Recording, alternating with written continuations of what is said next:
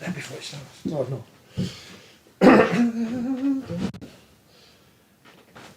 I know we're live, I'm just moving the camera around because this is a professional organisation. this is professional. This is. When I upload this on Facebook, as it is, it looked fantastic. Professionals are paid, aren't they? Well, there is that as well. 15 people were waiting for us to start. We started late. Why did we start late? Because it's the new season and it's traditional for the TV broadcast to start late. Yeah, it's 7.5 minutes past. Which is a bit early then when you think about it. We Is are it- powered by caffeine though, because some of us were stupid enough to stay up till 3:30 in the morning watching the Super Bowl. But Only just so I could get some Schadenfreude in case San Francisco didn't win. For all those people who were stood outside or sat inside in Leeds at 3:30 in the morning, we'll have to wait for Ubers and be cold because their team had lost. But these people didn't even know there were San Francisco 49ers fans before, whenever they bought Leeds United. But there you go. It was good. it was good. Wasn't it? It was great. The coverage was great. I mean, for people who don't follow the sport religiously, don't understand some of the nuances, I thought the coverage was fantastic. One thing that came over that, again, I think IMG are trying to help with rugby league is influencers. You did not see a shot round the crowd of somebody who wasn't incredibly famous. And it makes a huge difference that you just think, well, this is a much bigger event than I thought it was because Gordon Ramsay's in the audience or whoever it might, well, he was, but whoever it might have been. And of course, it ended in dramatic fashion, which we clearly won't spoil it for those that have recorded it. So influencers, that's like all those Challenge Cup finals when Wigan got to Wembley and they used to put the camera on. Colin Welland. That was the name I was trying to think of. A bloke with grey curly hair. In fact, you look a little bit like him, but your hair's darker. Hey, I tell you, I wish I was. If I had as much success as he's had, he won an Oscar and everything, and he narrated the video on the centenary of the Rugby Football League and everything. But Well, Princess Anne was at Murrayfield. She's always She's hardly an influencer, but But it was, Yeah. you felt it was a bigger event than just a domestic football final. Well, the only thing I've read about it, in fact, I didn't. Well, I think that the Chiefs won, didn't they? Yes, Yeah, in the the only- last second, okay. in the very last play of the game. The only thing I did In read about it overtime. was Taylor Swift kissing her boyfriend. yeah, Well, she was necking pints on the big I screen. thought she was necking a and her boyfriend. probably, yeah. But no, I just think we were saying before that the next event in that stadium is the NRL go to Yeah. Dallas. I mean, it looks a great stadium, massive facility. The potential for that, which I'm sure we'll talk about a little bit nearer the time, is absolutely unbelievable. Did you say NRL goes to Dallas? Mm. That was in Vegas. Vegas. Did I say Dallas? That sounds like a movie. Oh yeah, that's right. I was thinking. I told you it was up till 3:30. Yeah. We don't want to know what you were watching. NRL does What Dallas. movie? Yeah. What movie? Some of them can't even get into the country yet. They might not be getting out. But what I would recommend is seeing Russell Crowe's explainer of the NRL to an American audience, because it's equally applicable to all of us. If you want a 5-minute, what is it about this sport? I best watch it because I don't Absolutely understand it. Absolutely, What, rugby yeah, league? give it to every referee. Yeah. Absolutely brilliant. No idea. And it's football, but not as you know it, is a great strapline. Yeah. How did I should probably ask Did I Professor say Tony. Dallas? Instead of asking like you two, I should ask Professor Tony Collins because he'll know the answer. How did rugby league become rugby league and American football become American football and rugby union still be crap? That's a big question. We said it on this podcast, it doesn't matter. But we have to be careful when we say, and Stevie used to say all the time, it's the greatest game in the world, Eddie, all the time, is that we build a passport without denigrating others and say, well, that sport you like, that's crap, that kind of thing. We've got to say, come and watch ours, it's good. But no pads, no timeouts, Yeah, all of that's in this video, but no half an hour half-time show. no. But it's the action footage that they put to this Russell Crowe thing really does sell. Well, the illegal tackles and... Well, it was acrobatic wingers going in the corner, but explainers even about the aspects of kicking it's really well explained. It's clearly a handling sport, but it involves some strategic and tactical kicking, and I mean, obviously, I enjoy doing this podcast and stuff, but I can't help but think if I'd have been born in America, I could be one of the fat blokes that stands at the front and still gets a big ring, despite the fact all we do is just stand there and push the other bloke at the other side. That's all they do. I don't understand what offensive linemen are, but I know it can be offensive, but there you go. Welcome to the podcast. We've only done a few minutes and already we haven't introduced ourselves. Welcome to 4020 Live. As the Super League season starts this Thursday with the Hull Derby. Do you ever ref a Hull Derby? I did, yes. Trying to remember the last one that I did. I did a few actually. Yeah. Not trying to think if any of them were particularly memorable. Not really, which is generally a good thing from a referee's point of view. Yeah, they were always a good atmosphere. I did them. I think both at the whatever it's called these days. At both stadiums, let's say. I actually think that it probably generates a slightly better atmosphere at Hull KR. More compact. That east stand is pretty noisy, I must admit. But yeah, no, I think it's a good game to start with. It we're usually used to seeing almost like a repeat of the grand final, aren't we? Yeah. For the last few years, but I think it's a good game to start with. I mean, it's one of those games that we'll probably see 5 times or 6 times or however many times this season. I don't know if they meet at Magic. I don't think they do this year, do they?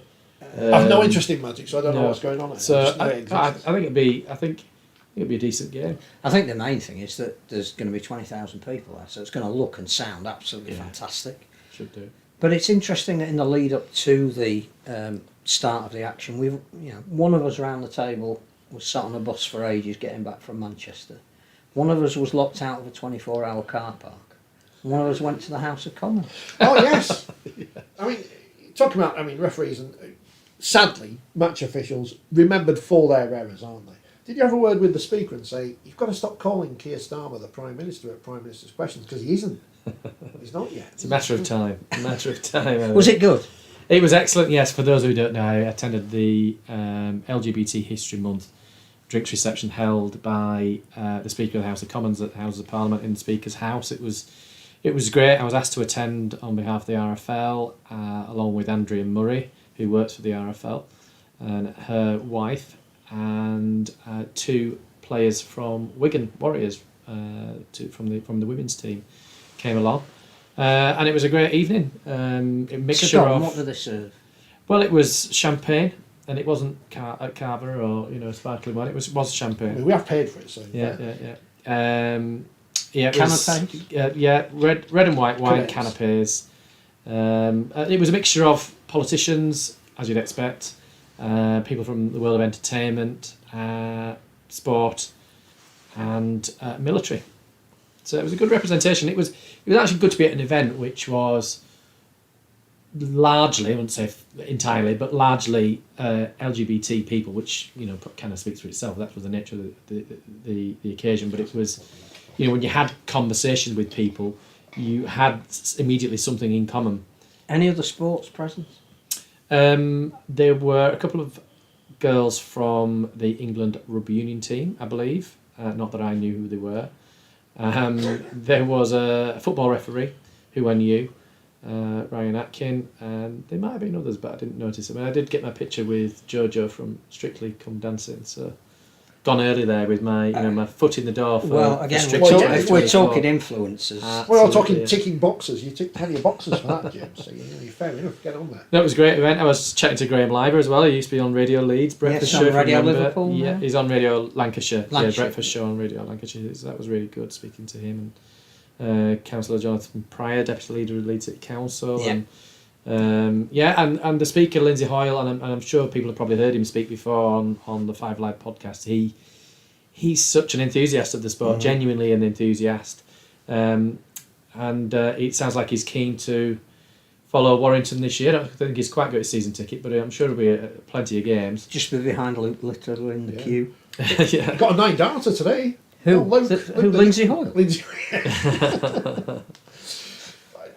And one of I think it was one of, I can't remember his name now, John, I think he was called, a guy who works for Lindsay in his constituency. He's a big Wigan fan, he's a season ticket holder, he's got his tickets with Penrith, so there was a good Lancashire representation at the event, so it was really good. So you were in Manchester? Longer than I planned to be. So you were the one that got locked in the car park. No, we didn't get locked in the car park. We got locked out the car Oh, park. yeah, of course, you couldn't get in it. And I'd missed all this because I'm not important enough to be, despite being Rugby League's premier TV reviewer, by dint of being the only one. I didn't get invited to the dinner with Sky, so that was all right. I was going to say, by the way, I thought this was like a daytime event, so it must have gone on. Well, it was. So we got to Manchester at what time did the thing start? About 9:30. half 9. So we got to Manchester. So this is good going to get locked into a 24 car park. In the former Granada studio. So if you know that area of Manchester, you know where it is. So there's no car parks around. You have to, well, there are car parks, but they're full. And it's quite funny because you see famous rugby league players having to pay for their own parking. You think, well, maybe they should be looked after. Not us. Don't look after us. We're irrelevant. But the players who you're asking to go and maybe give them a car parking spot somewhere. But that's by the by. That's okay. In this day and age, it's a sustainability strategy and all that. Surely we should be going on the train. Especially as Northern Rail sponsor the. It's just Northern now, isn't it? It's Northern. But it was snowing that day, so the likelihood of getting a train was virtually nil. Yeah. But anyway. So it starts at, arrive at 9:30, get a big croissant. And a big croissant. Size of your face. That was nice. It's a giant croissant. And then you go sit down, because you're told, go sit down. And then Brian Carney does his thing, because he's Brian Carney. He knows who I am, so I'm always going to be saying... He was very good. I always say good things about Brian Carney, because he knows who I am. Excellent. Listen to the podcast. Yeah. He was very good. He said he'd come on. He did. So next time you see Brian Carney somewhere, just say, when are you coming on the podcast, Brian? Did his thing, got all the people on stage, and not all the people, some people on tables in the front. And it was a bit Jules Holland, wasn't it? I'm interviewing some at the table and some, just at the, some at the piano. Thankfully, no piano. No knock on Brian, I'm sure he's a great musician. So they do all the thing where we sit down for an hour and listen to everyone talk, and then we go off and speak to people. And then that finishes, we get some free beer and a Betfred bag of tats, which hopefully you've watched the video. Someone already saying, where was the criticism of the video? Let me go back to this. I'm going to Tim. I've seen your questions. I'll come back to it. This is a long run up, by the way, to a story it's that a very ends long up run with a car park. It doesn't have an end. And on the basis that you were driving, one would imagine it wasn't debauched. Do you know, as match official on Super League, we got next to nothing, one shirt, and had to borrow or buy the other colours from other officials. Journos are spoiled. We got a bag with a pen in it. And I hope people. It must be a big pen because it's a big bag. I hope people took the video in the spirit it was in. It was very much tongue in cheek. Not an advert for Betfred. You can have the badge if you want. Yeah. So you've got a lanyard. Oh, I've got loads of those. Yeah, okay. So anyway, that finished. We've got some free beer as well. So thanks to the sponsors for that. The new sponsors. The new sponsors, ABK, who did some stuff where the players were pulling pints, which I'm sure you'll see on social media at some point. They were wearing leopard print like Bet Lynch. They should have done, shouldn't they? Yeah, there were no ducks on the wall. Especially always in Coronation Street. Yeah. No ducks on the wall. Granada Studios. So what was the beer like? I don't know. You're not good. You're not good for the sponsors, are you? I'm sure it's very nice. I think the Send as much as you want. before they got like vodka and stuff, didn't they? But we didn't get a goodie bag, so I would have tried. No Glen's whiskey. No, more of a whiskey, more of a spirits drinker when I do, but no. So anyway, we sat around for a bit to kill time. I went off and got a coach back to Leeds. £4.50 for a the millionaire shortbread. I bet when Bet Lynch worked there, she didn't have to pay £4.50 for a £1.50 for a filter coffee, £7,000 if you wanted a mocha chocolate. And you went off to a swanky dinner reception thing with the stars of Sky Sports like Dave Woods and Mark Wilson. I've heard of him. So how did you swing that invite? There were canopies. I've got to say, by the way, well done to the Brian Bevan podcast who described Mark as, they didn't know his name, but described Mark as having a thick Leeds accent. I thought he'd be really annoyed at that. It's from Bradford. Bradford lad. Bradford. No. So I felt what happened with the Sky dinner, because I wasn't there, before you got stuck in Manchester.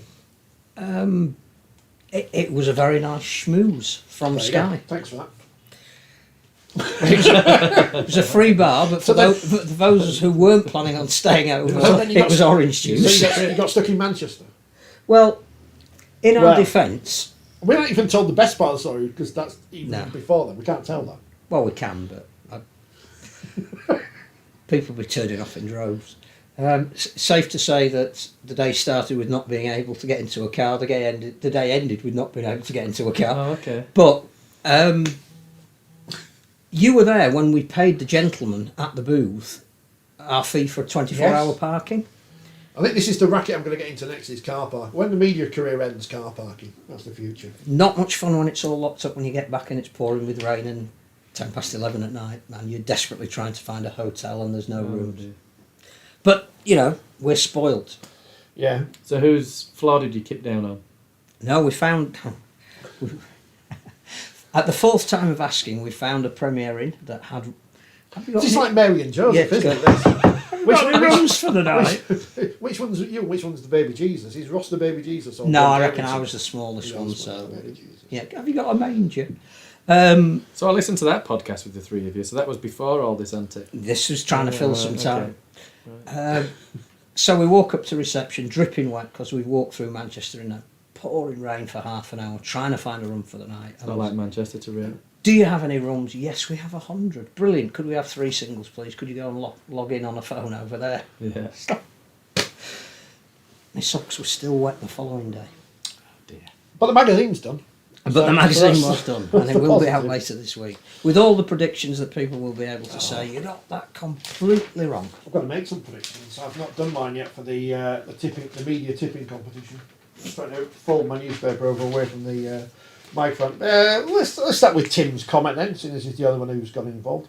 Quick question, he says.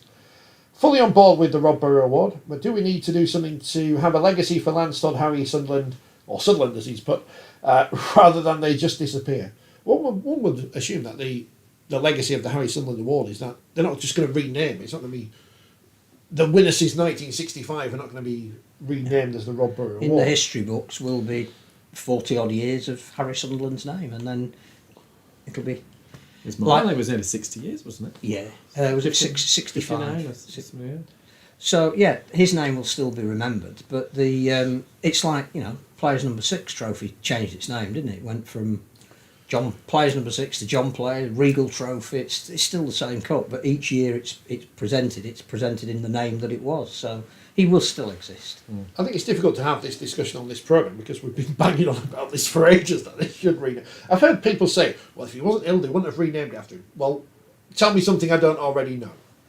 Of course they wouldn't have done it at this point in time. Although the argument is whether it should be or should have been named before now, when it was the change from the Championship to the Premiership to the Grand Final. Well, there was a perfect opportunity to name something in 1998 after somebody else. Maybe call it the Maurice Lindsay Trophy. That would really have gone down well. I just think we are on the verge of we say it.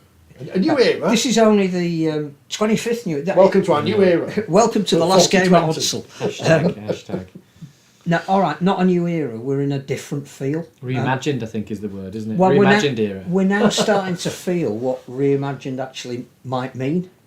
It was a little bit different at the launch. It felt, as though you were talking to people who were saying, yeah, we're on the verge of something that's different because every game's being shown and grading's been brought in and digital has gone up a level and now broadcast agreements have all been announced. And it's great that the one that didn't get the same level of publicity is Catalan's home and away games. Everyone will be streamed on free-to-air in France via L'Equipe. And in Spain. And in Spain. Apparently you can watch it in Mallorca. Which is good because you've got a... Yeah. I'm not on at the minute. I'm doing daytimes this week, so it's okay. But no, all of that means it feels a little bit different. There were a lot of people in the journalist seats at the launch who we'd never seen before, a lot of whom were young people, which is great. Some of them clearly were club media representatives, some of them were students, some of them will be attached to the kind of digital projects that we haven't normally been at the forefront of as a sport, which is great, absolutely great. So yes, the visibility is never going to have been higher of the sport, and it's the commercial stuff you can do on the back of that, like getting a Bavarian beer. It's not, Heineken. It's not Tetley. It's not Red Bull. It's a Bavarian brewery that's been in existence for 700 years that clearly has had no other links with a sport like rugby league before, and is saying things like, well, clearly our objectives are, what you mean is every game's going to be on telly. You're going to be seen on the BBC, you're going to be seen on Sky, you're going to be seen on the BBC website, which has 20 million unique hits. Carsten's watching in Germany or in Switzerland on his Super League Plus. Everywhere you go, you're suddenly going to get a profile that relatively is going to be quite cheap to if you wanted to do it in the Premiership. So it does feel different. And I'm sorry, just on the Rob Burrow trophy. I mean, if you're going to criticise that, it's like, what hope does rugby league have? You know, What hope does humanity? The fact we've spoken about it for years is it's such an obvious thing to have done. Yeah, for obvious reasons, and no one's hiding away from that reason. It's fine to do that. But he scored probably one of the finest tries in It's the not grand as if final it's history. been named after someone who's got no connection to the grand final. And he won the previous award twice. Yeah, once by unanimous vote, which hadn't at that point ever happened before. Yeah. But I do think as well that if you want to pick a player that epitomises the summer era and everything that the sport stands for, irrespective of the qualities he's shown post the sport, which again epitomise everything the sport stands for, there isn't a follower of any team that would object to him being the face and the choice of the sport. So, yes, we know why it's being done now, but had you done it in 2017 when he retired, it would have been just as valid. Go listen to what Jack Welsby had to say, and Paul Rowley and Matt Peat. They not as if anyone was going to come out and say, no, it's a rubbish decision, but they all spoke eloquently. Yeah, we got Trevor Hunt to say it on camera because he said a great piece at the launch event, which wasn't broadcast anywhere. I think it was important that those words were said. So it's a player's award for a player. And that's the other thing about Harry Sunderland. He was an administrator and a journalist, and of his time he probably was the kind of person that you should have named an award after. But we've now moved into the era where we're trying to promote the players. So it has to be named after a player. Makes perfect sense. Just picking up on a point there you mentioned about it wasn't broadcast. Did it not go on this Super League Plus?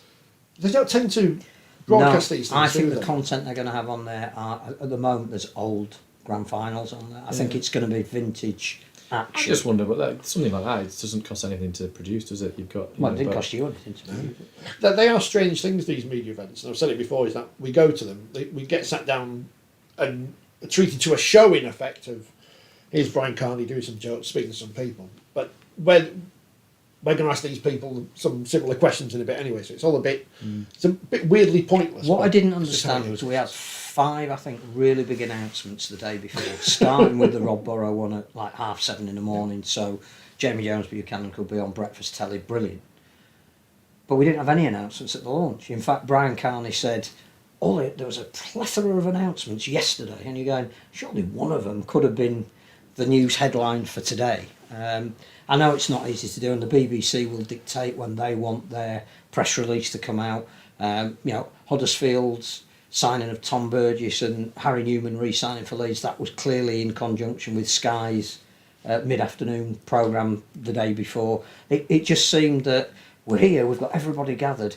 We need just one thing, but we had 5 of them yesterday. So, but all in all, it was all right, wasn't it? The season launch, everyone seemed. The weird thing was the positivity. I think I asked Jody Cunningham saying, it feels weird, doesn't it? Because we've all been to these things millions of times. There's too much positivity around at the minute. It's waiting for it to all fall apart. But it was good. I hope people listen to the Jody Cunningham thing, because I mean, I don't like deleting comments on YouTube, but I have deleted one. Was it from Mr. Barton of Wilmslow? There's free speech, and then there's because no, you can't say that. She's not ticking a box. Well, even if she's ticking a box or whatever, it doesn't matter. She's actually good at her job. Yeah. So it's irrelevant. There's plenty of people, male, female, whatever gender, whatever sexuality, whatever colour, who are good on TV, and likewise people who aren't. It's no relevance. But I think she's good. She's good. And if I thought she was rubbish, I wouldn't say so. But if you want to find out who I think is rubbish on telly, read my column next month. Oh, really? Which I'm not going to. I can't write it, can I? Can't. Well, you can, but I might take it out. That's it. Depends. If we put the BBC on Saturday and it's exactly the same as the coverage has been on the BBC for the last 20 years, then you go, well, we're missing an opportunity here. But we'll see what happens. What do you all think? Says Gary the Viking. Gary the Viking. What's going on at Widnes? What's going on there? Good result this weekend, though, because I thought Doncaster might prove to be. I think they led early on, didn't they? Doncaster. I thought at this point, with the alleged turmoil going on at Widnes, if the chief executive's comments are anything to go by, I thought that's a good week for Doncaster to be playing them. But Widnes seemed really convincing winners. Oh, but Gary's not asking about that. saying, what do you think about getting rid of the League Leaders Shield and replacing it with the old Championship Trophy? Well, they've kind of reimagined the League Leaders Shield. It's now more of a shield than an actual But it does look better. plate. Yeah. We need to I use... just think it needs to be named after. You need to get. Phil says, we could have done something similar to the Proven Summons Trophy and had Kevin Robert etched in bronze. Well, I just think you invest more in a trophy. It's like, again, I don't want to keep going back to last night, but I thought two things. One, you've got a trophy that's named after the greatest ever coach. So, they made a big deal about it's the Vince Lombardi trophy. And if you don't know who Vince Lombardi is, you then Google and see who's the greatest coach there's ever been in American football, revolutionised it. But it is revered. I was going to say, I don't remember if Vince Lombardi connected to Rugby League. I was just about to Google that. I missed this announcement about the coach of the He used year to wear award being Bradford Northern changed. cap. He wore Bradford Northern cap. He's like the Peter Fox of... He was stood on the sideline with Wayne Bennett. Taught him everything he knew. But again, by naming it after somebody, it elevates it. And the other thing, talking about pundits and who's good and who's bad, I watched that either not caring who won or not particularly knowing the nuances of the sport. I got drawn in because it's an event. And the panel that were on ITV were absolutely outstanding in their knowledge and enthusiasm that, why the hell would I stay up till 3:30 in the morning when you got to be up at 6 to go to work? Because I couldn't turn it off. And it wasn't just the action was so exciting at the end. It was those that, don't underestimate the enthusiasm of a Jodie Cunningham for drawing people in, because, yes, they were big personalities. Jason Bell is huge, and the other fella. I know what you mean. I can't think of his name. At some point during that coverage, Jason Bell genuinely burst into tears, and when things like that happen, you want to keep watching and feel part of it and understand why. And I think we're getting together a group of media pundits now who are not going to burst into tears necessarily, but they're going to add an extra layer of understanding, and that can only be a good thing. Ashton Golding, he's always... He was great he's at the always, launch. He's fit. Good news for Huddersfield fans. He's fit, raring to go. enthusiastic, that's the word. Playing hooker. Is he? Well, I think he's backup hooker. I don't look at squad numbers. That is the big misstep. The Super League letters on the backs of shirts are terrible. And the black numbers on the red that Lee have, dreadful. Absolutely dreadful. Who signed off on that? Got to have some negativity on this programme. And there it is. Did anything else happen last week at the launch or since we need to talk about? I mean, the BBC deal is obviously great, and it's a farewell Super League show. I don't know what BBC in the North are going to put on at 11 o'clock on a Sunday night now, but Another repair shop, I think. I mean, they could.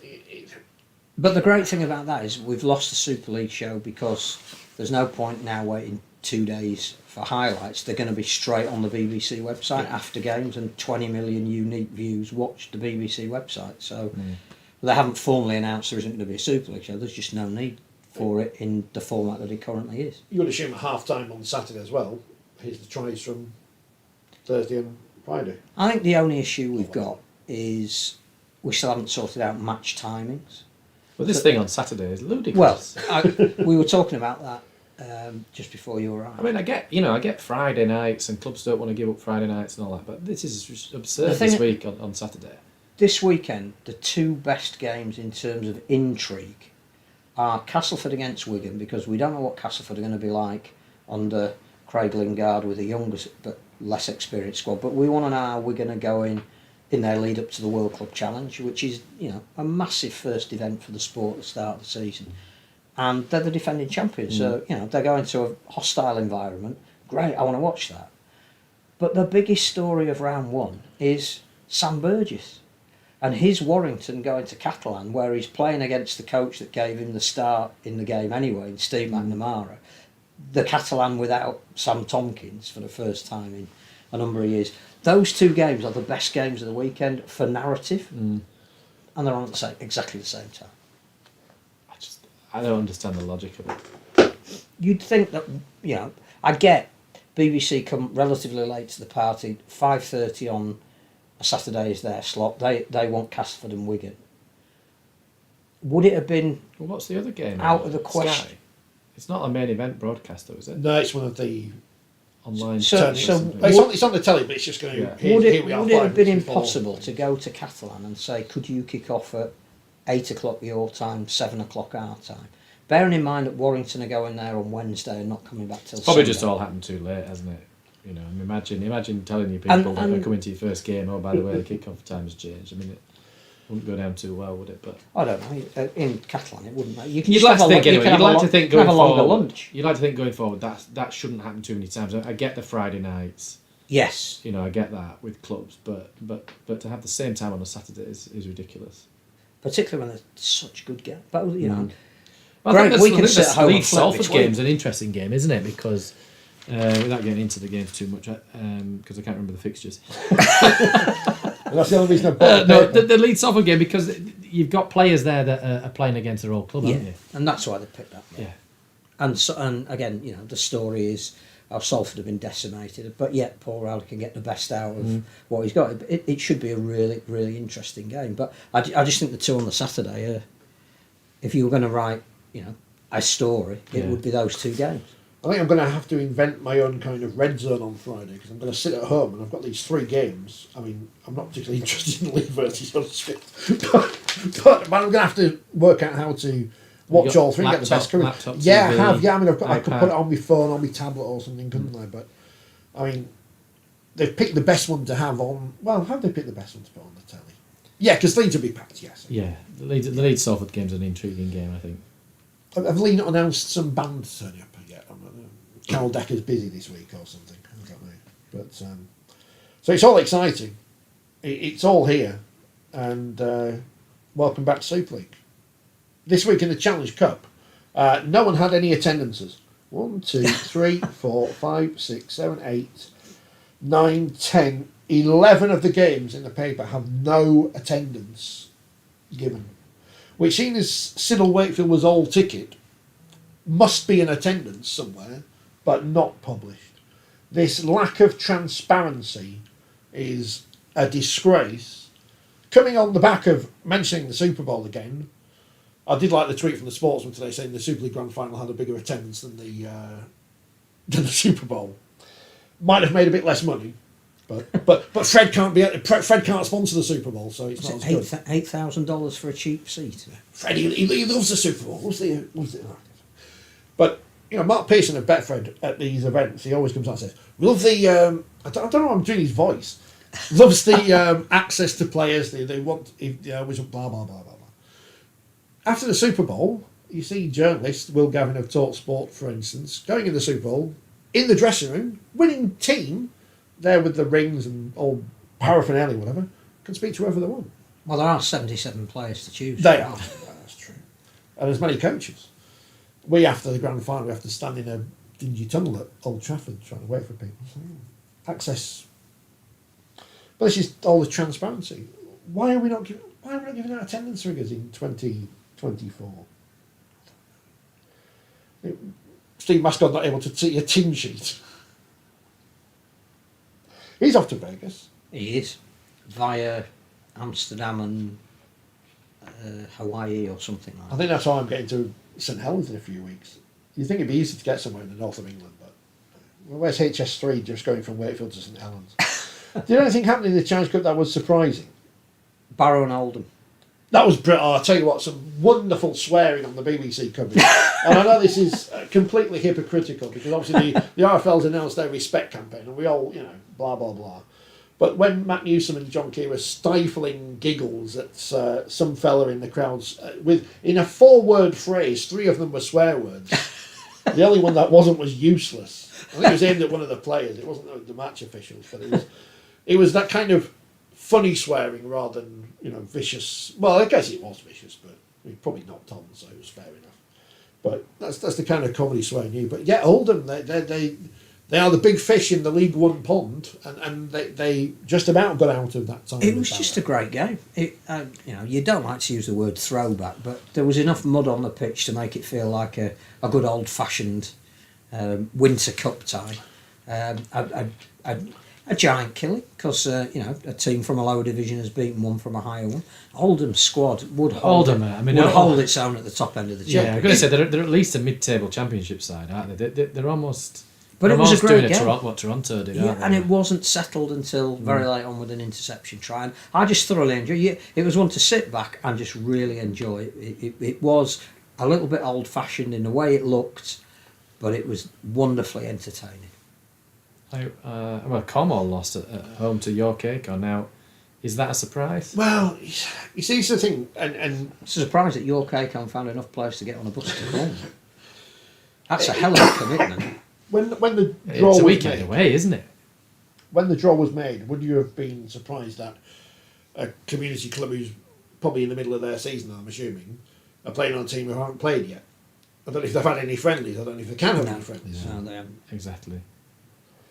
You'd have certainly seen it as, if you were York, an opportunity to get a result, which they did. Although there was a statement crowd trouble there, there was a statement by Cornwall, which was a bit perplexing about comments made supposedly by York fans. In defence of Halifax here, Ian says, Halifax gave out the attendance at the game, so I do not know why it isn't in the League Express unless their journal left after 70 minutes. So, apologies to Halifax. You are transparent. I watched the Dewsbury York game. I've not really watched any pre-season games or games so far, so I watched that. It was a decent enough game. Went to the last minute. Yeah, Dewsbury would probably dominate in the first half. York were poor, really. I think they'd rested some players, but don't get me wrong, the pitch was heavy, given the weather we've had this last week, so that will have played its part, and I know it's a small pitch at Dewsbury, but it was probably more York in the second half, and they probably just shaded it, but there wasn't much between the two sides, in fairness.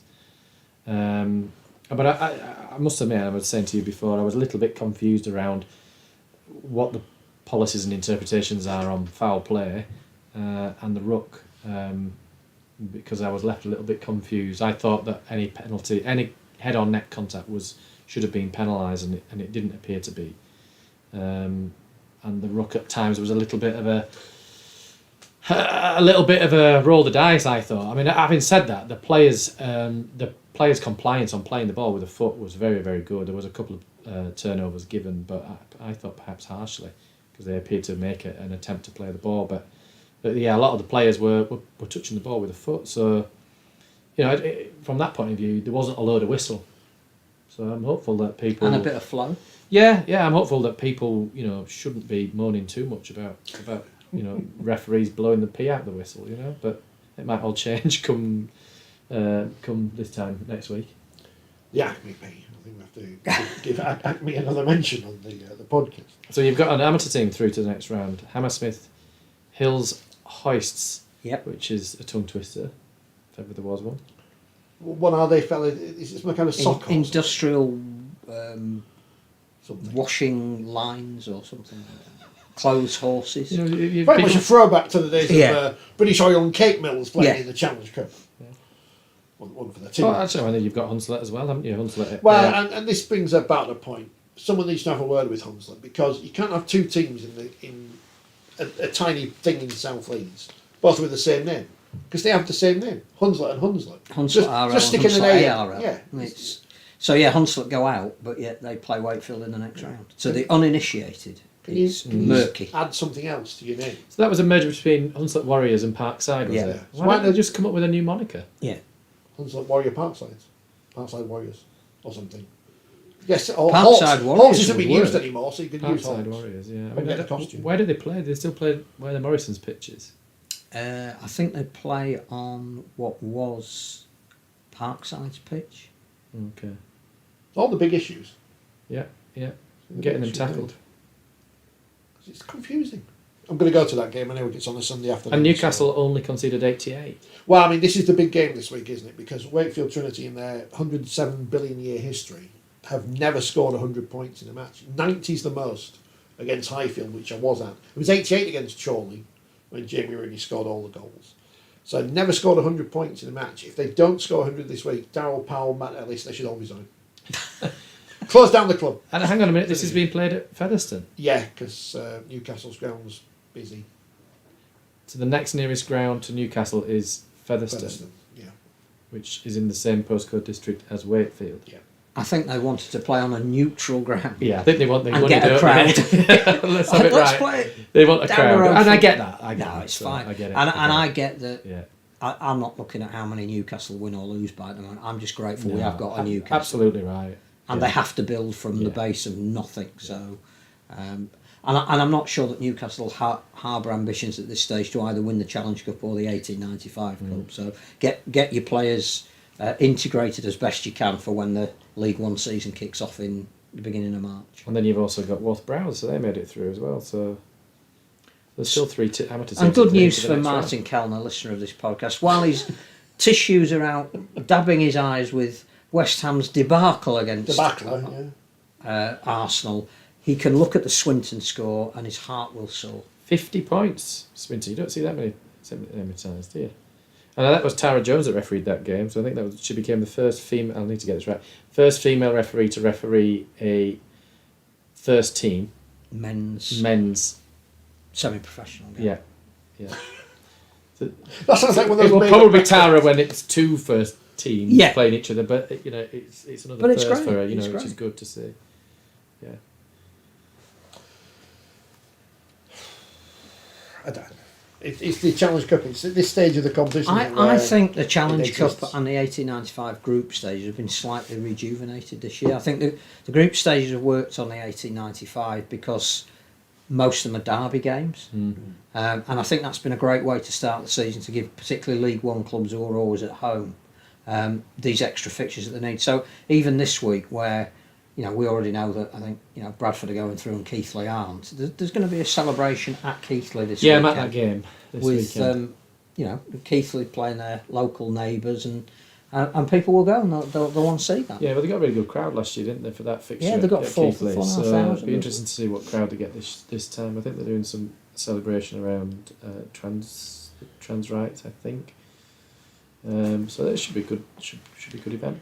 And I also think that the Challenge Cup now is just about right. I know that there are certain people that say, the Super League team should come. Should be all in at round the one. first. Everyone. No, I think this works. That you get to the point where the four teams that have got through the earlier rounds are playing the Super League clubs, but the games have been, the fact that Thatto Heath and Siddle have been at home to well-known championship sides and but for a relegation last year, Wakefield are near enough to a Super League side. They've been great occasions. Only what you've still got, was it three? I can't. My maths is not that good. Was it three amateur teams now through to? Yeah. to And round one's 4? guaranteed to be in the next round, aren't they? Yeah. Because they play each other. I can't remember who it is now, but I'll. Yeah.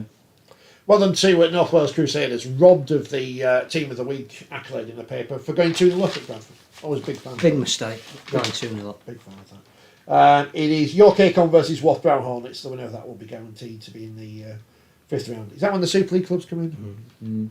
It's not just a bottom four now, is it? It's all. No. It's all.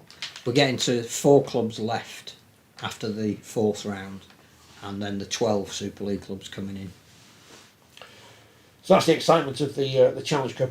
Ties next weekend. Not next week. Weekend. They're alternating, aren't they, between 1895 and Challenge Cup? Which Right. again, I think has given those clubs in the lower divisions a really good start to the season. Did any other news happen last week apart from Tom Burgess signing? I think the Tom I- Burgess one is at this stage is a good signing for Super League, but doesn't mean anything because he's got a whole season to play with South Sydney, and Huddersfield have got to concentrate on what they do in 2024, not what they do in And 25. it started yet. We're talking about next And year. giving a 3-year contract to a 32-year-old is an interesting use of your marquee Questionable. money.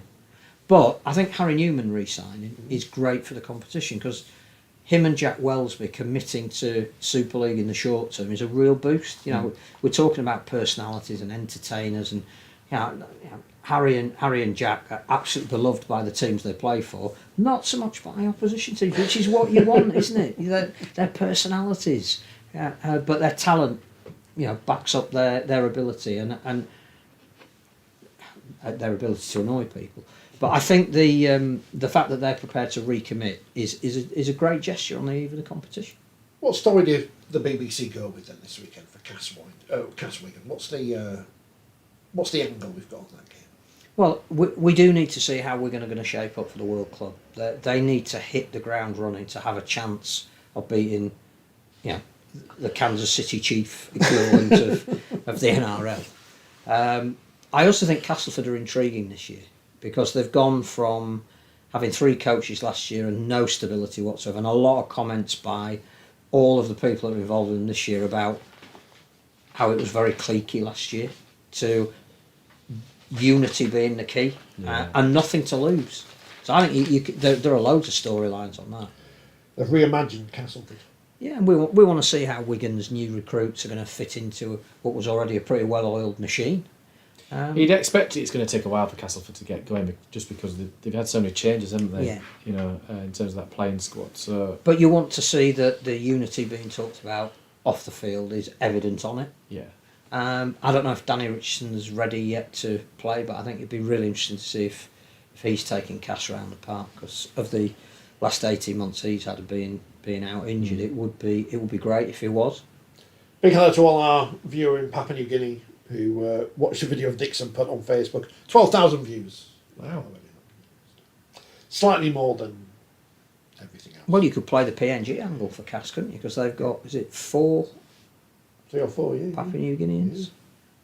Which again is going to give them a different feel and flavour. And I also think, Craig Lingard, we're a fan anyway, but I just think he's slowly but surely making a big difference at Cass, and it'd be interesting to see how that translates into the first game of the season. There's too much rugby, I'm telling you. We're going to be coming in next week. So there's too much rugby. I can't believe it. It's a disgrace. Well, the challenge will be, can you watch all 6? Of course you can. I can't. No I'm problem. not going to. Right? Yeah, but you'll have fast forward on something. Well, the thing is, if you don't have to watch everything, you can watch other things. Yeah. You don't just have to watch rugby league now. You can watch the darts or football or Feasibly, I'd probably Coronation watch 3: Thursday, Yeah. Friday, and Saturday. Saturday. Yeah. One on the Saturday. And then you can watch the highlights of the other games on the BBC website. Yes. With its 20 million views. You could be one of the 20 million viewers. Yeah. You could be one of those. Which is why this visibility thing is so important, and we shouldn't underplay the fact that if we're as passionate about the sport as hopefully we convey, we genuinely believe that the more people that see it will feel similar to how we do about it. The one thing we've never been able to do is get enough people to see it. There's going to be no excuse this year. You are not going to be able to avoid the fact that some channel is showing Super League either in its full match form or its highlights form. So if we can't trade on the back of that and get more new, it's like you were saying, how people are going, it's like the 1950s and it's going to affect attendances. Now, I got caught up in the Super Bowl last night, even though it was sold out, and because the more you see of something, the more you hear of something, the more you want to watch. People who watch on TV, like my dad watched the Dewsbury game yesterday on TV. He didn't watch it on TV because he didn't want to go to the game. He just was never going to go to the game, so he watched it on TV. But he might go next week, or they lost. So, but he might do. Minute, they put up a yeah. But the next time he's got a free weekend and Dewsbury are playing, he may well go and watch Dewsbury, or he might go and watch York because he was so impressed with the way. But because you're not going to be able to avoid it, you're going to want to be at the grounds to create the atmosphere. Yeah, I mean, even on the Sportsman yesterday, there was about 4,500 people watching on there, and there was probably about 500 in the stadium, which didn't look great because they were viewing an empty stand. But the audience that you're going to get on the BBC, whilst Channel 4 was great coverage last year, I think it is better for the game if they're going to be on free to air to be on the national broadcaster. I think we've also said that it's not just the 15 Super League games; it's the fact that you'll be topping and tailing it with the Challenge Cup and the international games as well. So you actually get a thread throughout the season, which is so much easier to sell. Agreed, and I think if I'm right, based on the number of games, if you take off the 2 playoff games, it's almost alternate weeks. Yeah. I'm assuming, which it's at least one a month, which even Channel 4 wasn't. Yeah, and I also think that commercially that opens massive up. The Catalonians, the Dragons, have got a new sponsor on their shirts for games that they play in this country, which is the local wine growers. There's a collective, of which Sam Tompkins is part. He is part, yeah. And they're going to be on the front of the Dragon shirts purely because every game is going to be visible, but some of them are going to be on the BBC. And that kind of publicity is massive for corporate followers. So that's going to change. It's all exciting. It's all positive. I do wonder who, because we talk about making new stars, and you're never quite sure what's going to happen. So in this Castlewood versus Wigan game, someone could make a break, make a big tackle, score a hat trick of tries that you don't expect to. They could be the toast of the town come whatever time it finishes. More on people Saturday. are going to see Bevan French and Jai Field, and we know how good they are, and we're excited by seeing them. But I can imagine that there will be some people tuning in who are not rugby league followers going, that guy's good, isn't he? I'd like to see him again. He's going to be playing in a World Club Challenge in a full state. Oh, I'll watch that. I know we're launching the season in the middle of other things going on in the world of sport, but we're in a blank weekend in that other rugby thing that's going on at the minute. So it's a nice place to be in. I heard there was a game between was it England and Wales this week where they wanted to play rugby league because they were both down to 13 men. It's all the television match officials' fault anyway. That's the really problem. Yeah. For again, that's we get bunkers this week. We get the bunker. What do you call it? The red. I tell you what, that was a controversial decision. The Scotland game. If you saw that at the end, I was probably locked in a car park or out of a car park. Controversial. Let's put it that way. Did they get it wrong? Well, it was all about I don't know what the law is, but it was sort of the referee basically went upstairs with, I have no try. It's held up. Ball is on the foot. Can you confirm? And the video referee or the TMO then started saying, well, I've got an angle here, you can see the ball on the ground, and then decided he was going to backtrack and say, no, I can't see that, and I don't know, and basically, because I don't know, and it's not conclusive, that's their word. I think they have to have conclusive evidence to overturn, and the Rugby League's term is sufficiency. Now I would say the threshold for sufficiency is lower than the threshold for conclusive. So would you like to be sat in a room in Wilmslow surrounded by 9 cameras acting as a video referee this week?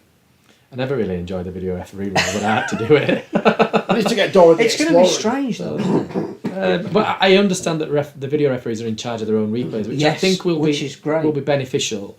And should speed it up a little bit, do you think? It should do, and I think if they've got over some of the gremlins that perhaps they had last week, then it should do. And they have been in charge, and I've been involved when we were in charge. And remember when we had the touch screen on Sky, but that wasn't great because you couldn't actually make a decision on the touch screen because the image, because it was such a big TV, the image actually was pixelated when you were that close to it. So you had to turn and look at a HD TV down by the corner if it was such a close decision. But in theory, we were in charge of our own replays, which should make it easier. So you'll have heard video referees on TV sort of saying, oh, can I have that angle? And then they get a different angle. Or can I have that angle again? And they show them a different angle because it's lined up in the truck. So hopefully that should make it quicker. I think the other thing is you will have only ever done video refereeing at a ground, or albeit in a truck in the car park. But yeah, I don't think is it going to be any more difficult being divorced? No, I don't think in a so. Studio? I quite liked it in COVID when we were in the ground. And you could hear the atmosphere and you felt a little bit more part of the game. I think the more remote you are, it's just different experience, isn't it? You know, I'm sure they'll still get used to it. I don't think it'll make much difference really. It'll certainly be different to being sat in the OB truck when somebody's sort of basically got a bet on sat next to you on that particular result and you give a decision against their bet and it doesn't go down too well. At least you won't have that somebody sort of breathing down your neck as to why you've made that decision. I mean, I'm not going to name names, but I'm sure we've all watched the coverage of any sport on TV, and you can tell when a commentator has had a bet on or not. I'm not like that when I do the greyhounds. I'm always neutral. Always back the hair. Always wins. Apart when it breaks down, which shows a bit of a shame. Hull versus Hull kicks off the league on Thursday. Friday night, 20,000 people. 20,000. It's going to look fantastic. Sound fantastic. Leeds versus Salford. Lee versus Huddersfield. St Helens versus London. All on Friday. Flicking between the channels. So when something boring is happening at Leeds, you can flick over and see if they've got a camera fixed on Derek Beaumont at Lee. I'm presuming Sky, though, by the way, interrupting there, but I'm presuming Sky on Friday will have, whenever there's a try being scored in the other game, will show you that try, do you think? No? Not while No. there's... I think the logic is, and it makes sense, is if they want you to tune into their prime game, what they don't want to now give you is an excuse to switch off. Switch out of that game and into Right. One that's on also one of their Which channels. is a lesser, but but a lesser. Right. I think the whole, just going back to the whole Hull KR, not only is that a great game to start the season, but will we learn anything from those two teams? Because I think Hull KR are potential bolters this season. They had a great year last year, but I think there is the potential with who they've signed and the clear determination of the club to keep moving in a certain direction that we need to include them as certainly potential top 4 finishers this year. Hull, I think the jury's still out on another rebuild under, and one of the results last year was a heavy defeat at Hull by Hull KR. Was it the year before that Hull KR won the last game of the season with only naming 16 men at Hull as well? Will we read too much into that result? Of course we will, because we'll have articles on Friday morning saying 5 conclusions from Hull FC versus Hull KR. Or should we expect Hull KR to win this game and Hull need a bit more time to gel there? Warrington, the cautionary note from last year, they won, what was it, 8 £8? Yeah, Darren Powell's coach of the year after 2 months. So, that's 8 games in. So, 1 game in, there's not much you can read on 1 game in. But I don't know, Will it tell us anything? Well, it's going to tell us something, isn't it? Who's the best team at Hull this week? Yeah, I would have thought you'd fancy Hull KR because yes, they're probably a more settled squad. They've had some. I think they've got some good additions. Yeah, they've lost 1 or 2 players. Abdul being one of them probably is a loss. I think by choice. Yeah, but I'm with you. I think they seem to be building. Whether they can match what they did last year, because ultimately they got to one of the 2 major finals, and yes, they lost, and the playoffs, and the playoffs. So that's a tall order to try and match when you've only got a 14 playoff. Yeah, I think they will. I think they will match. But I'm just saying, if Hull could win that, would we reevaluate? Well, of course we will, because that's what happens, and then the week after they'll lose. We're going to fill the podcast next week. We're going to find something to talk about. Well, I will be surprised to see Hull win that game. Yeah, I would be surprised. But should Hull fans go there with? Because it's a goldfish bowl. You've refereed it. What they'll want to see though, they'll want to see effort, and they'll want to see 80-minute performance. That doesn't mean that they need to necessarily win. Now, clearly they want to see them to win, but some of the problem that we've had, or they've had as Hull, is that they perform maybe well for 40 minutes and then fallen away. At this stage of the season, they do tend to be quite fast starters. Yeah, and I didn't see any of that game. Was it last week, the week before, when they played Wigan, and I don't know what team they played, but I think they played for 40 minutes and then they didn't in the second. So I think if you're a Hull FC fan, I think if you go along and they don't get the win, yeah, not ideal, but if they put in a decent enough performance, it will be encouraging. Before I upset Hull KR fans, Carson's been on. He can't handle all this positivity. No, we don't know what to do with it. Well, maybe you can tell us something about this brewery. What are ABK like? Have you subscribed to Super League Plus? Any comments on the new Hull FC mascot, Squidris Elba? Great name. They are plumbing the depths. Rather's the radiator. He sent them a very rude text saying, "Don't you dare call that after me." It's great. It's great. How can you not like it? It's got people talking, hasn't it? So. Well, there was James Clark, the CEO of Hull, was on TalkSport for 15 minutes talking about the naming of a mascot. And again, that's how you get people interested. If he'd gone on and talked about the prospects for his team this year and how many season tickets have sold, that's interesting to us. But and I'm not being funny. The national audience is not going to. I don't know if they've still got the early bird, but I mean, probably still. What is it? I mean, it's named after Ailey Street. I know that. I know that. But it doesn't mean anything. You go along, you're like, why have they got a bird? Yeah. Fully in favour. Said it on the podcast before. Said it for years. Wakefield should have a giant ship walking around the pitch because we are the dreadnoughts, and that's what we should. Did you say ship? Ship. Yeah. I've seen enough of the other. No, don't. Hull cross KR. it all, not it. Yeah, Hull KR. So they're obviously going to do. They're going to do well. That's what. So Leeds, Salford. Who you fancy? I mean, I wouldn't underestimate what Paul Rowley can do with limited resources, but I do think that. The spine that Leeds have got this year will start to kick in quite quickly. Salford's spine from last year. Half of it. Third favourites by the bookies, aren't they? Yeah. Leeds. But what do they know? Yeah.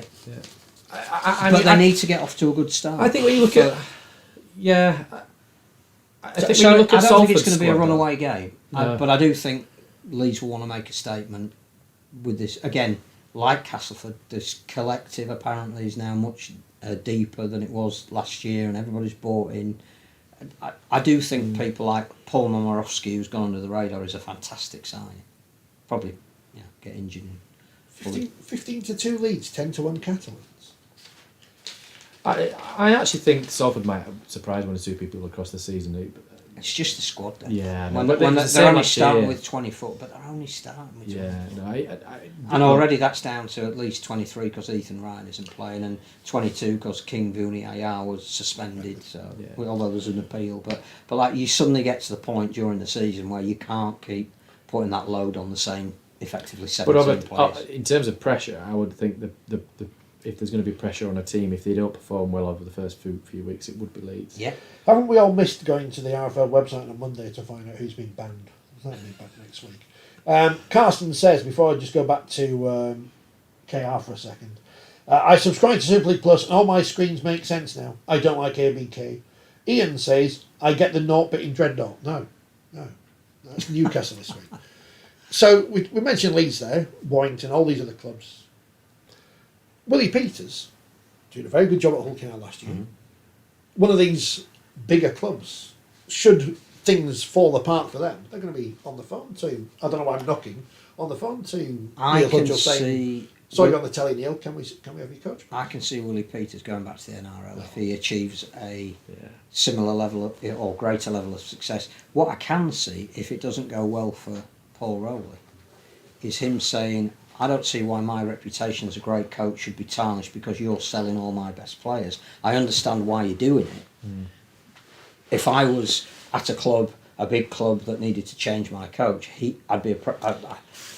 don't want any coach to lose their job. I don't want any club to be undermined by having their coach poached. I mean, we're going early, aren't we? Talking about... gotta go early. No, but I'm just saying, I think... Well, you're right. What somebody who plays for next year, he is a fantastic coach who may well say, I can't keep, threading together a squad because I'm going to have my best players sold from underneath me. If, say, a bigger club, whatever that means in terms of resource or fan base or whatever, dispensed with their coach, he'd be the one that I would be seeing. Are you available? Agreed. That's all I'm saying. I think there's a number of clubs, by the way, in the competition which you could make an argument where there may be players, team, whatever you want to call it, a coach under pressure if they don't start. Yeah, if they don't start Huddersfield because Huddersfield obviously didn't have a good year last year. I mean, St Helens in some ways that there are sections of their crowd that still think Paul Wellens needs to prove himself. I mean, that's ludicrous. Which is nonsense. Ludicrous, isn't it? Absolute nonsense. But that's the world we live in, isn't it? If they don't beat London by they've got X number not of got points a great record against London in Super League, have they? And of all the teams that have absolutely nothing to lose this weekend, London are going to play a fixture where they would be expected to concede 50. I hope for the competition. I'm not saying they're going to win. Yeah, I just hope for the competition London don't become whipping boys. I have to say, you interviewed Mike Eccles, and I had a chat with him as well at the launch. He's a very impressive guy. Yeah, clearly, and what they did, second half of last season was remarkable, really. And you kind of hope that they've got a similar plan this year, that they can make some signings during the season to bolster the squad. When does the French season end? I just don't think that squad's not. It's just not good enough to compete. And they've got 4 injuries already? Yeah, and as I say, for the benefit of the competition, it doesn't help the competition if you've got one particular team when it's almost a gimme. I'll have to get Joel Wrench with someone. So an amateur team, maybe, I don't know. What's the other game on Friday? Lee and Huddersfield, yeah. But Lee, are they going to have second seasons? They've won the Challenge Cup. They've had the big civic reception with Wigan, all the trophies there. What's happening to Lee? I think it's a similar story to Hull KR there, in a way. It's a tough ask to repeat what they did last year, isn't it? And go again. But they're a relatively steady, settled squad. See, they had the small squad last year. Lost Joe Mellor in the halves, didn't they? But they brought in Matt Moylan, who was an upgrade, didn't he? Yeah. I'm erring on the side of second season syndrome. Yeah, I'm not sure. I think when they beat Huddersfield convincingly, 54, then come back to us next week and say, as we suspected, you don't know what you're talking about. Cass Wigan we've spoken about, and that's going to be an interesting game. Wigan, of course, who not only going for the World Club Challenge in the men's Rugby League, but also the European Championship in the wheelchair Rugby League, which is now it's kind of snuck out there that it's going to happen officially. At Robin Park. Playing the Catalan Dragons in that. So that's going to be a fascinating game coming up in a bit. Look out for details on that one. And Early April. Early April. Good luck, Wigan. Because, we don't like the French. Speaking of, well, they're not French, are they? They're Catalan, so it's okay. Catalan, oh no, I've confused myself now because they're Catalans as well. Catalan Dragons versus Warrington Wolves. It's I can't wait. It's all about Sam Burgess. It's all about Sam Burgess. Everything's about Sam Burgess. I just think that if you're talking narratives and storylines, here's how these media days work. So you turn up and there's all the people there. They've got the booths, and you go and speak to whoever you want, whoever you've asked to speak to. Sam Burgess. Everyone wants to speak to Sam Burgess because he's famous. He's off the telly, won the grand final and everything. So he gets everyone downstairs to speak to him in a circle. Well, I didn't ask to speak to Sam Burgess because everyone's going to speak to Sam Burgess. What am I going to ask Sam Burgess? Oh, Sam, what's he like being in Warrington? So have you met Luke Littler? While he was downstairs asking everyone else questions, I went back upstairs to see who was strangling around, and because all the journalists were downstairs at that point. So and get the aubergine sandwiches. So what you're saying is those that you interviewed, that you put out on the podcast, were the cast-offs? No, they're the people I actually wanted to speak to. I've got nothing to say to Sam Burgess. Yeah. Because I think it might all collapse in on itself. The thing is, because it's all got the potential. I just don't know what Warrington are going to do this year. We don't know what are they going to be. Warrington have got virtually the same squad. Not exactly. They've got a couple of similar, isn't it? But whatever issues there were at Warrington were more about the players than the coach. So changing the coach is going to be very interesting to see how that changes the players. Was it though? I don't know. Was it? How does it unravel? It's still an unanswered question, really. How you go winning 8 games on the bounce to then do what they did? Well, it didn't help that they had a player get banned. One of their star players get banned twice for being an idiot, and the club stood by him. Yeah, but he could have been injured. So I just think that. But I think that said something about the way the club was. It'd be interesting to look at their opening fixtures. Actually, I don't know what their opening fixtures are, but surely there must be in the pull-out guide in the paper. Catalan away is never an easy game, is it? But then this is a different Catalan, isn't it? It is, because they've virtually lost a spine and have again tried to rebuild it. Yeah. They more than anything, they've lost experience. So you don't dispense with Sam Tompkins and Mitchell Pearce without that having an effect on your leadership group. Mm.